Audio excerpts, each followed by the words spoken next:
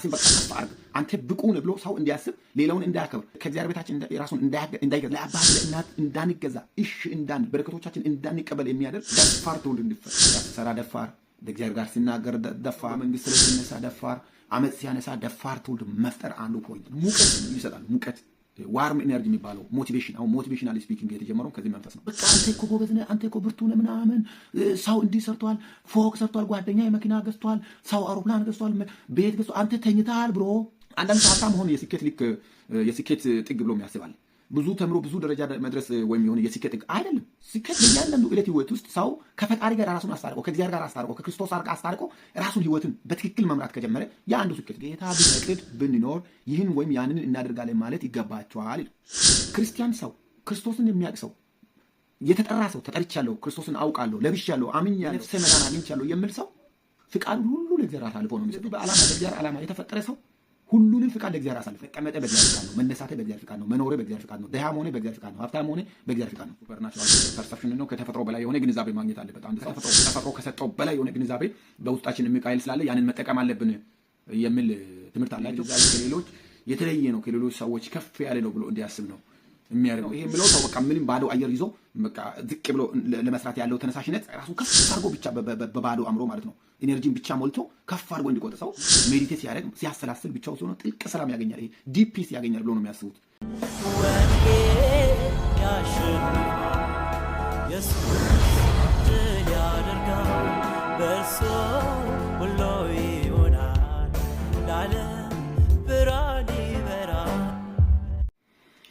ሰላም ሰላም፣ እንዴት ቆያችሁ?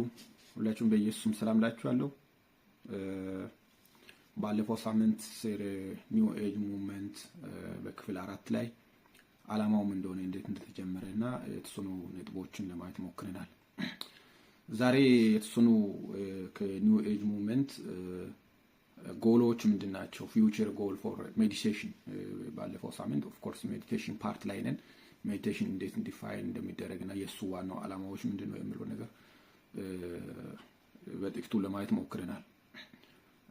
ዛሬ ደግሞ ሜዲቴሽን እንዴት ነው ፊውቸር ጎሎች ምንድናቸው በእግዚአብሔር ቃል እይታ እንዴት ነው ትውልዱ እንዴት ነው ይሄን ነገር ሊያራምድ የቻለው የሚለውን ሐሳብ የተወሰኑ ነጥቦች እና ወደ 10 ነጥቦች አሉ። ከዛ ውስጥ አንዱን ፓርት ቢያንስ ያው የተወሰኑትን መርጅ ለማድረግ ሞክራለሁ። ዛሬን አንዱን ፓርት እናወራለን ማለት ነው። ባይዘው ከዚህ ይሄን ከማውራቴ በፊት አንዳንድ ጊዜ ሜቢ ሚስ አንደርስታንዲንግ እንዳይኖር እንግዲህ ይሄን ያው የሰይጣን ተልኮ የዲያብሎስ ዓላማ በትውልድ ላይ የያዘው ስትራቴጂ በጣም ከፍተኛ ነው። እኛ ደግሞ እንደ ክርስቲያን እኔም እንደ ማንኛውም ክርስቲያን ይሄ ዚን የሰይጣንን ወይም የዲያብሎስን ሐሳብ ድብቅ አጀንዳውን ማጋለጥ ነው። እንግዲህ የኔ ትልቁ ተልኮ እስትንፋሴ እስካለ ድረስ ይሄንን የዲያብሎስን ዓላማ ለትውልድ ማጋለጥ ስለሆነ ሁላችሁም ባይዘይ በጣም ጠቃሚ ነገር ስለሆነ ሁላችሁም ለሌሎችም ሼር በማድረግ እናንተም ደግሞ በትዕግስት 20 ደቂቃ ምናምን ስለሆነች በትዕግስት እንድትሰሙ በጣም በክርስቶስ ፍቅር ጋብዛችኋለሁ። በጣም ጠቃሚ ስለሆነ ማለት ነው። ይህን ካልኩት ምንድነው አንደኛው የፊውቸር ጎሉ ይሄ አዌክኒንግ ሃየር ኮንሺየስነስ ባለፈው ፐርፐሶች ውስጥም ይሄን ጠቅሻለሁ። ዋናው ከፍተኛ ንቃተ ህሊና የሚለውን ሰውን ንቁ ማድረግ በአእምሮ ብሎ ነው ያው የሚጀመረው። ምን ማለት ነው ብለን ስናየው ወደ 5 ነጥቦች አሉ እዚህ ውስጥ። አንደኛ የተደበቀ መንፈሳዊ ዕውቀት ለማግኘት አንድ ሰው ወደ ከፍተኛ ንቃተ ህሊና መድረስ አለበት ብሎ ያምናሉ። that means hidden spiritual knowledge ይሉታል። እንደገና ዲፐር አዌርነስ ኦፍ ሴልፍ ዩኒቨርስ ኤንድ ኢነርጂ ይሄ ስለ ራስ እይታ በስነ ፍጥረት ውስጥ ያለው እይታ እንደገና በኢነርጂ ይሄ በጉልበት ጥልቅ ዕውቀት አንድ ሰው ስለዛ ጥልቅ ዕውቀት ማግኘት አለበት ብሎ ወይ ማወቅ አለበት ብሎ ያምናሉ። ሶስተኛ ይሄ ሱፐርናቹራል ፐርሰፕሽን ነው። ከተፈጥሮ በላይ የሆነ ግንዛቤ ማግኘት አለበት አንድ ሰው ከተፈጥሮ ከሰጠው በላይ የሆነ ግንዛቤ በውስጣችን የሚቃይል ስላለ ያንን መጠቀም አለብን የሚል ትምህርት አላቸው። አራተኛ ኤሰንስ ኦፍ አዌክኒንግ ቱ ዘ ኒው ሪያሊቲ ይሄ ወደ አዲስ እውነት የመነቃቃት ስሜት ውስጥ መግባት አለብን ብለው ነው የሚያምነው። ይሄንን የሚሉበት ምክንያቱ አንድ ሰው አእምሮ ብሩ እንደሚሆንና ከስነ ፍጥረት ጋር ይሄ ዩኒቨርስ ብሉት ጋር እንደሚገናኝ ነው የሚያምኑት። አእምሮ ብሩ ሲሆን አእምሮ ብራይት ሲሆን ይሄ በተለይ ሜዲቴሽን ሐሳብ ውስጥ ያለ ሰው ማሰላሰል ውስጥ ሐሳብ ያለ ሰው ከፍጥረት ከስነ ፍጥረት ጋር ይሄ ምንድነው ከዩኒቨርሲቲ ጋር እንደሚገናኝ ነው የሚያምኑት። ማሰላሰል ይጀምራል። ማሰላሰል ከጀመረ ደግሞ አሁን ነገሮቹ በተለየ መንገድ ማየት እንዲችል ነው የሚያደርጉት። ያ ማለት የኔ አንዱ ሰው ምንድነው ወጣት የሚያስበው የኔ ግንዛቤ ከሌሎች የተለየ ነው፣ ከሌሎች ሰዎች ከፍ ያለ ነው ብሎ እንዲያስብ ነው የሚያደርጉት። እነዚህ 4 ነጥቦች ከዚህ አንግል ነው። ዋናው ለምንድነው ይሄ የሚሰራው እንዴት ነው ብለን ስንጠይቅ ምንድነው መሰለ አንድ ፐርሰን ላይ ሙቀት ይሰጣሉ። ሙቀት ዋርም ኤነርጂ የሚባለው ሞቲቬሽን። አሁን ሞቲቬሽናል ስፒኪንግ የተጀመረው ከዚህ መንፈስ ነው። ይሄ በቃ አየር መሙላት ሰው በቃ አንተ እኮ ጎበዝ ነህ፣ አንተ እኮ ብርቱ ነህ ምናምን፣ ሰው እንዲህ ሰርቷል፣ ፎቅ ሰርቷል፣ ጓደኛ መኪና ገዝቷል፣ ሰው አውሮፕላን ገዝቷል፣ ቤት ገዝቷል፣ አንተ ተኝተሃል ብሮ። በቃ እንደዚህ አይነት እንትን መፍጠር ሰው ላይ ሙቀት መፍጠር። ለምንድን ነው ይሄ የምለው? ሰው በቃ ምንም ባዶ አየር ይዞ በቃ ዝቅ ብሎ ለመስራት ያለው ተነሳሽነት በቃ ራሱን ከፍ አድርጎ ብቻ በባዶ አምሮ ማለት ነው ኢነርጂን ብቻ ሞልቶ ከፍ አድርጎ እንዲቆጥር ምንም ከሌለበት ዜሮ ገንዘብ የሌለውን ሰው እንደዚህ ሞቲቬት ማድረግ ማለት ነው። ይሄ አንደኛው ፓርት ነው፣ የዚህ የሜዲቴሽን ዋናው ፓርት ነው። ሁለተኛው ጥልቅ ሰላም ያገኛል ብሎ ያስተምራሉ። አንድ ሰው ሜዲቴት ሲያደርግ ሲያሰላስል ብቻው ሲሆን ጥልቅ ሰላም ያገኛል፣ ይሄ ዲፕ ፒስ ያገኛል ብሎ ነው የሚያስቡት። ባይብል ይሄንን ምንድነው የሚለው? ባይብል ምንድነው የሚያስተምረው የሚለውን ነገር በኋላ እንመጣበታለን። ሌላው ፕሬዘንስ ኦፍ ቢንግ አንድ ፍጡር መሆን ይችላል። አንድ ሰው ፍጡር ሆኖ ራሱን እንደ ፈጣሪ ማየት ይችላል ብሎ ነው የሚያስቡት። ያዕቆብ መልእክት ላይ ምዕራፍ 4 ቁጥር 13 ላይ እግዚአብሔር አንድ ሰው መኖር እቅዱ ሁሉ ዓላማው ሁሉ በእግዚአብሔር ፊት እንዴት እንደማድረግ እንዳለበት ትክክለኛ መሪ እዚህ አለ። ያዕቆብ ምዕራፍ 4 ቁጥር 13 ላይ አሁንም ዛሬ ወይም ነገ ወደዚህ ከተማ እንሄዳለን፣ በዚያም ዓመት እንኖራለን፣ እነግድማለን፣ እናተርፍማለን የምትሉ እናንተ ተመልከቱ፣ ነገ የሚሆነውን አታውቁም። ከቁጥር 14 ሕይወታችሁ ምንድን ነው? ጥቂት ጊዜ ታይቶ ኋላ እንደሚጠፋ እንፋሎት ናቸውና፣ በዚህ ፈንታ ጌታ ቢፈቅድ ብንኖር ይህን ወይም ያንን እናደርጋለን ማለት ይገባቸዋል ይላል። ክርስቲያን ሰው ክርስቶስን የሚያውቅ ሰው የተጠራ ሰው ተጠርቻለሁ፣ ክርስቶስን አውቃለሁ፣ ለብሻለሁ፣ አምኛለሁ፣ ለነፍሴ መዳን አግኝቻለሁ የሚል ሰው ፍቃዱን ሁሉ ለእግዚአብሔር አሳልፎ ነው የሚሰጠው። እግዚአብሔር ቢፈቅድ ብንኖር ይህንንም ያንንም እናደርጋለን ማለት እንጂ በባዶ ያለ ዓላማ እግዚአብሔር በሰውና እግዚአብሔር ሲፈጥር ለዓላማ ነው የፈጠረው። ኤፌሶን ምዕራፍ 2 ከቁጥር 10 ላይ እግዚአብሔር አስቀድሞ ያዘጋጀውን መልካሙን ስራ ለማድረግ በክርስቶስ ኢየሱስ ተፈጠርን ይላል። አንድ ሰው የተፈጠረበት ዓላማ አለው። በእግዚአብሔር አምሳል የተፈጠረ ሰው ዓላማ የራሱ ዓላማ አለው። ስለዚህ በእግዚአብሔር ዓላማ የተፈጠረ ሰው ሁሉንም ፍቃድ ለእግዚአብሔር አሳልፎ መቀመጠ በእግዚአብሔር ፍቃድ ነው፣ መነሳተ በእግዚአብሔር ፍቃድ ነው፣ መኖሬ በእግዚአብሔር ፍቃድ ነው፣ ደሃ መሆኔ በእግዚአብሔር ፍቃድ ነው፣ ሀብታም መሆኔ በእግዚአብሔር ፍቃድ ነው። አንዳንድ ሰው ሀብታም መሆን የስኬት ጥግ ብሎ የሚያስባል። ብዙ ተምሮ ብዙ ደረጃ መድረስ ወይም የሆነ የስኬት ጥግ አይደለም። ስኬት በዛ አይደለም። ስኬት በእያንዳንዱ ዕለት ህይወት ውስጥ ሰው ከፈጣሪ ጋር ራሱን አስታርቆ ከእግዚአብሔር ጋር አስታርቆ ከክርስቶስ ጋር አስታርቆ ራሱን ህይወትን በትክክል መምራት ከጀመረ ያ አንዱ ስኬት ነው።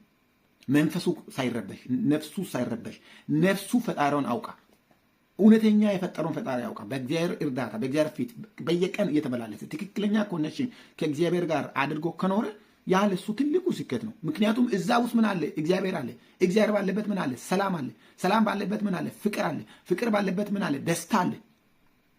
ስለዚህ ደስታ የሚያገኝ ከሆነ ሰላም የሚያገኝ ከሆነ እረፍት ያለበት ህይወት ከሆነ ሬስትፉል የሆነ ላይፍ ነው የምኖረው። ስለዚህ ስኬት ነው ለዚህ ሰውየው። ስለዚህ ሰውን በቁሳዊ ማድረግ ልቡን እንዳለ ወደዛ እንዲያደርግና ከእግዚአብሔር ሐሳብ ዘንበል ብሎ ሰው በዚህኛው ላይ ትኩረት እንዲሰጥ ማድረግ ማለት ነው። ሌላው ስለዚህ አንድ ሰው ሲኖር ይሄ ንስሐ ገብቶ ክርስቶስን በትክክል አውቆ አምኖ በመንፈስ ቅዱስ ተመልቶ ታድሶ ለእግዚአብሔር እየተገዛ በእውነት እየተራመደ ካለ ያ ሰው ስኬታማ ነው ማለት ነው። በህይወቱ ለአንድ ነገር አልጎደለበትም።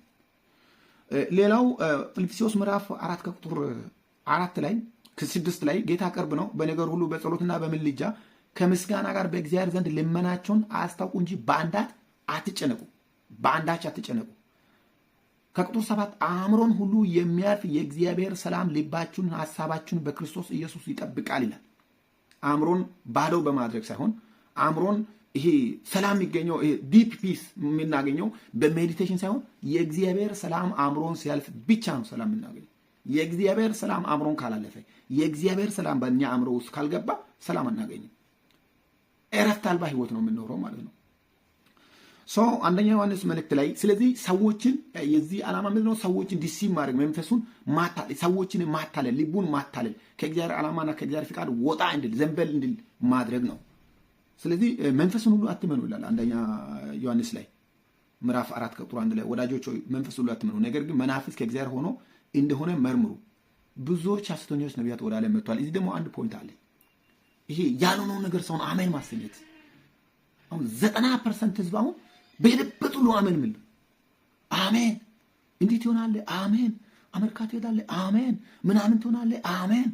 ሰው እውነት ጋር እንዳይደርስ፣ ሰው ትክክለኛ መዳን እውቀት ጋር እንዳይደርስ፣ ክርስቶስን እንዳያገኝ ሰው ይሄ ልቡን በሚታየው ሳይሆን በሚታየው በጊዜያዊ በረከቶች ላይ በቁሳዊ ነገር ላይ ሰው እንዲያንጠለጥል ተስፋ በእግዚአብሔር ከማድረግ ይልቅ በሚታየው ነገር ላይ እንዴት ይባረካል። አሁን መዝሙሩም እንደዛ ነው። ሁሉም ነገር ምድራዊ ሆኗል። ሁሉም ነገር ሌላው ራስን ከፍ አድርግ፣ ራስን በቃ ከፍ አድርግ፣ አንተ ብቁ ነህ ብሎ ሰው እንዲያስብ፣ ሌላውን እንዳያከብር፣ ሌላውን ከታላቁን እንዳያከብር፣ እግዚአብሔርን ከእግዚአብሔር በታች ራሱን እንዳይገዛ፣ ራሱን ዝቅ እንዳያደርግ፣ ታላላቆቻችን እንዳናከብር፣ መምህራኖቻችን እንዳናከብር፣ የቸርች የመንፈሳዊ አባቶቻችን እንዳናከብር፣ ለአባት ለእናት እንዳንገዛ፣ እሺ እንዳንል፣ በረከቶቻችን እንዳንቀበል የሚያደርግ ከፍ አድርጎ ልቡ ኩሩ ትውልድ እንዲፈጠር፣ ደፋር ትውልድ እንዲፈጠር፣ ኃጢአት ሲሰራ ደፋር፣ በእግዚአብሔር ጋር ሲናገር ደፋር፣ በሁሉም ነገር ላይ ኮሜንት ሲያደርግ ደፋር፣ በየትኛው በመንግስት ላይ ሲነሳ ደፋር፣ አመፅ ሲያነሳ ደፋር ትውልድ መፍጠር አንዱ ፖይንት ነው። ያዕቆብ መልእክት ምዕራፍ 4 ቁጥር 10 ላይ በጌታ ፊት ራሳችሁን አዋርዱ ከፍ ከፍም ያደርጋችኋል ይላል። የእግዚአብሔር ቃል ራሳችሁን አዋርዱ። በጌታ ፊት ራሱን ያዋርድ ሰው በሰዎች ፊትም ዝቅ ያደርጋል ራሱን። ይሄ ሃምብል የሆነ ማንነት ማለት ነው። ከዛ በኋላ እግዚአብሔር ከፍ ከፍ ያደርጋል። ያንን ከፍታ ህይወት የሚገኘው በእግዚአብሔር ፊት በሰው ፊት ዝቅ ስንሆን ከፍታ ህይወት እንደሚገኝ ያንን ማስረሳት። ሁለተኛው መንፈሳዊ ኩራት ደግሞ አሁን በራሱ መኩራት። ይሄ መንፈስ እግዚአብሔር ጸጋ ከሰጠ በሰው ህይወት ውስጥ ጸጋ ይሰጣል፣ እግዚአብሔር ይጠቀምበታልና ያንን በራሱ ጥረት እንዳደረገ ማድረግ። ሁለተኛ እግዚአብሔር በሰራው ስራ ላይ እግዚአብሔርን ከማክበር ይልቅ በሱ እጅ በጥንካሬው በጉልበቱ መመካት። ዘዳግም ላይ እንዲህ አለ። ዘዳግም ምዕራፍ 8 ቁጥር 11 ላይ ዛሬ እኔ አንተን የማዘውን ትእዛዙን፣ ፍርዱን፣ ስርዓቱን ባለመጠበቅ አምላክን እግዚአብሔር እንዳትረሳ ተጠንቀቅ። የላምና የበግ መንጋ ከበዛልህ በኋላ ብርህም ወርቅም ያለህም ሁሉ ከበዛልህ በኋላ ልቢ እንዳይጓደድ በልቢም ጉልበቴ የእጄን ብርታት ይህን ሀብት አመጣልኝ እንዳትል ይላል። ተጠንቀቅ። ዋርኒንግ። በእኔ እኮ ነኝ ያደረግኩት። አንዱ በዘር እንዲመካ ያደርጋል፣ አንዱ በያዘው ነገር እንዲመካ ያደርጋል፣ አንዱ በሀብቱ እንዲመካ ያደርጋል፣ አንዱ በራሱ በልጆቹ እንዲመካ ያደርጋል፣ አንዱ በቃ በሚታየው ቁስ ብቻ እንዲመካ ያደርጋል፣ አንዱ ልቡ እንዲኮራ ያደርጋል፣ ሌላው ሰው እንዲገዛ ያደርጋል፣ አንዱ በጋርድ ታጅቦ እንዲራመድ ያደርጋል።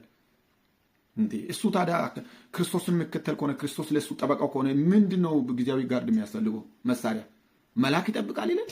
መንፈሱ በሱ ላይ ካለ እንዴት ነው ሰውን መንፈሱ ያለበትን ሰው ሰላማዊ ሰው ከሆነ እንዴት ሌላ ፕሮቴክተር ያስፈልጋል? ስለዚህ ልቡ እንዲኮራ አጀብ መበዛት፣ ይሄ እንትን ማድረግ በቃ ይሄ እንትን ማብዛት በቃ ይሄ ምንድነው ግርግር መፍጠር ማለት ነው። እዛ ጋር ነገሮቹን ደግሞ በጥልቀት እንዳታ መንፈሳዊ ያደርጋል። ብዙ ደጋፊ ያለ ማውራት አችልም፣ ኮሜንት ማድረግ አችልም። ስለዚህ በእያንዳንዱ ጀርባ ላይ የሚመጣው መንፈስ አለ ማለት ነው። ሶስተኛ ከእግዚአብሔር ውጪ የተደበቀ እውቀት መፈለግ፣ ይሄ ሂድን ናውሌጅ አውት ኦፍ ጋድ። ይሄ በጣም ከዲያብሎስ አጀንዳ ጋር በጣም ይገናኛል። ይሄን ባይብሊካሊ ደግሞ አይደለም። ባይብል ይሄን ይቃወማል። ቆላስይስ ምዕራፍ 2 ላይ ልባቸው እንዲጸናና በፍቅርም ተባብረው በማስተዋል ወደሚገኝበት ወደ መረዳት ባለጠግነት ሁሉ እንድደርስ የእግዚአብሔር ምስጢር እርሱም ክርስቶስን እንዲያውቁ ይጋደላሉ። ሰው የሚፈለገው ከእግዚአብሔር ውጪ የተደበቀ የእግዚአብሔር ቃል የሚያዘው የእግዚአብሔር ምስጢር ክርስቶስ እንደሆነ፣ የተሰወረ የጥበብና የእውቀት መዝገብ ሁሉ በእርሱ እንደሆነ፣ ሰው ወደ ክርስቶስ ሲደርስ የእግዚአብሔር ምስጢር እሱን ማግኘት እንድንችል ያስተምራል። የእግዚአብሔር ምስጢር ምንድን ነው ብለን ስናየው የእግዚአብሔር ምስጢር የመጀመሪያ እግዚአብሔርን የመምሰል ምስጢር ነው። ክርስቶስን ማወቅ ማለት እግዚአብሔርን የመምሰል ምስጢር። አንደኛ ጢሞቴዎስ ምዕራፍ 3:16 እግዚአብሔርን የመምሰል ምስጢር ያለ ጥርጥር ታላቅ ነው። በስጋ የተገለጠ በመንፈስ የጸደቀ ለመላእክት የታየ በአሕዛብ የተሰበከ በዓለም የታመነ በክብር ያረገ ይህን እግዚአብሔርን በምስጢር ያንን የእግዚአብሔር ምስጢር ማወቅ፣ መረዳት፣ ማመን። ይህን በእንግሊዝኛ ባይብል በጣም ደስ በሚል ነው የሚገልጸው። And without controversy, great is the mystery of God. The mystery of godness. God was manifest in the flesh, justifying the spirit, seen of angels, preached unto the Gentiles, believed on in the world, received up unto glory. በክብር ያረገ ይህን በስጋ የመጣውን እግዚአብሔርን ቃል ስጋ አድርጎ በማርያም ሆድ ውስጥ አድሮ ከሰማይ የሆነ ንጹህ ቃል አምጥቶ ኦኬ ምድራዊ ያልሆነ ያልተቀላቀለበትን ቃል አምጥቶ ኦኬ ሰው ሆኖ የተወለደው የእግዚአብሔር ልጅ የተባለው የአብ የወልድ የመንፈስ ቅዱስ መጠሪያ ስም ከሰማይ ይዞ መጣው መልአክ ያመጣው ኢየሱስ ክርስቶስ የሚባለው ስሙን ሰው ተከትሎ አምኖ በስሙ ሲጠመቅ ብቻ ነው መዳን የሚያገኘው። ሶ እነዚህና እነዚህ የመሳሰሉት በጣም ከባድ ምስጢሮችን ዲሰፕሽን ውስጥ ሰው እንዲገባ ያደርጋል። ሌላው አራተኛው ከማይታወቁ መናፍስት ጋር መገናኘት with unknown spirit connecting with unknown spirit። ይሄን ደግሞ አንደኛ ጢሞቴዎስ ምዕራፍ 4 ከቁጥር 1 እስከ 2 ላይ መንፈስ ግን በግልጥ በኋለኞች ዘመናት አንዳንዶች የሚያስቱ መናፍስትንና በውሸተኞች ግብዝነት የተሰጠውን የአጋንንት ትምህርት እያዳመጡ ሃይማኖትን ይክዳሉ ይላል። በገዛ ሕሊናቸው እንደሚቃጥሉ ደንዝዞ ይላል። የሚያስቱ መናፍስት አለ። መናፍስት ነው ብለህ እንዳታመን በእግዚአብሔር ባይዘይ የትኛው አጋንንት ሲመጣ በራሱ ስም አይመጣም። የእግዚአብሔር ስም እያለ ነው የሚመጣው። ስለዚህ መናፍስትን ማወቅ መለየት አለብን። ሰው አሁን ምንድነው ፈጣሪ እግዚአብሔር ሆኖ እኔ መንፈስ ነኝ የሚል ከራሱ መንፈስ መስጠት እንደሚችል እንደዛ አይነት እንትን ውስጥ ሰው ዲሰፕሽን ውስጥ እንዲታለል ማድረግ ጥልቅ ምስጢር አለ እዛ ውስጥ ሰይጣን በሰው ህይወት ውስጥ የሚጫወተው ማለት ነው። ስለዚህ የዚህ የሜዲቴሽን ኮንሰፕት በጣም ሰፊ ነው። አራተኛው አእምሮን ነፃ ማድረግ ኢምፒቲንግ ዩር ማይንድ ይላል። የእግዚአብሔር ቃል ደግሞ በእግዚአብሔር ሐሳብ የምነሳውን እናፈርሳለን ይላል። አንድ ሰው በእግዚአብሔር ሐሳብ፣ በእግዚአብሔር ዕውቀት፣ በእግዚአብሔር ጥበብ፣ በእግዚአብሔር መንፈስ እንዲሞላ ነው እንጂ አእምሮን ባዶ አድርገህ ከየትኛውም አቅጣጫ ባዶ ካርክ በኋላ ምንድነው የሚጠብቅህ? እሱ የሚፈልገውን አቅጣጫና እሱ የሚፈልገውን ሐሳብ ለመሙላት ነው ሰውን አእምሮ ባዶ አድርግ ብሎ። ኦኬ። ስለዚህ ሁለተኛ ቆሮንቶስ ምዕራፍ 10 ከቁጥር 5 ላይ የሰውንም ሐሳብ በእግዚአብሔር ዕውቀት ላይ የምነሳውን ከፍ ያለውን ነገር ሁሉ እናፈርሳለን፣ ለክርስቶስ ለመታዘዝ አእምሮ ሁሉ እንማርካለን። አእምሮን ምን ማርከው? አእምሮን ሙሉ የምናደርገው አእምሮን የምናስገዛው ለክርስቶስ በመገዛት ትእዛዙን በመጠበቅ ለሱ በመሆን ነው እንጂ አእምሮን ባዶ አድርገን ኒው ኤጅ ሙቭመንት በእግዚአብሔር ቃል ያፈርሳል ማለት ነው የእግዚአብሔር ቃል። ስለዚህ ሳጠቃልል ኮምፓሪዥን ልስራ። አሁን ኒው ኤጅ ሙቭመንት ምለውና ባይብል ምለው ምንድነው ብለን ስናየው አንደኛ ኒው ኤጅ ሙቭመንት ምለው የእውነት ምንጭ አንተ ነህ ይላል። አንተ ራሴ የእውነት ምንጭ ነህ ይላል። ይሄ self becomes the source of truth ይላል። ባይብል ደግሞ ምለው የሚመጣው እውነት የትኛውም እውነት የሚመጣው ከእግዚአብሔር ብቻ ነው። እሱ ራሱ እኔ ዮሐንስ ወንጌል ምዕራፍ 14 ከቁጥር 8 ላይ እኔ እውነት መንገድና ህይወትም ነኝ አለ። እውነት መንገድ ህይወትም ክርስቶስ ብቻ ኢየሱስ። ሁለተኛ ማይንድ ኢዝ ኢምፕቲ ቱ ሪሲቭ ኤነርጂ ይላል። ይሄ ጉልበትን ለመቀበል አእምሮን ባዶ አድርግ ይላል። አእምሮ ሁሉ የሚታደሰው ደግሞ ባይብል ላይ በእግዚአብሔር ቃል ነው። ማይንድ ኢዝ ሪኒውድ ባይ ዘ ወርድ ኦፍ ጋድ። ሶስተኛ ሰው የተደበቀ መንፈሳዊ ቦታዎችን ይፈልጋል። ይሄ ሲክስ ሂደን ስፒሪቹዋል ሪያልምስ ሲፈልግ የተደበቀ ቦታዎችን ይፈልጋል። መንፈሳዊ ሰው ደግሞ መገኘት የሚችለው የእግዚአብሔር መገኘት ነው የሚፈልገው። ሜዲቴሽን ኮንሰፕት ሰው የተደበቀ ቦታ ይፈልጋል። ምን ለማድረግ? አእምሮን ባዶ ለማድረግ። መንፈሳዊ ደግሞ የሚፈልገው የእግዚአብሔር መገኘት፣ በእግዚአብሔር በልቡ ላይ እግዚአብሔር እንዲገኝ፣ በሐሳቡ ላይ እግዚአብሔር እንዲገኝ፣ በሰውነቱ ላይ እግዚአብሔር እንዲገኝ። ይሄ አካላችን ከእግዚአብሔር የተቀበል ነው ዕቃ እንደሆነ ያምናል መንፈሳዊ ሰው። አራተኛ yourself can divine or God ይላል። አንተ ራሴ አምላክ መሆን ወይም መለኮት መሆን ትችላለህ ይላል የኢንላይትመንት ኮንሰፕት።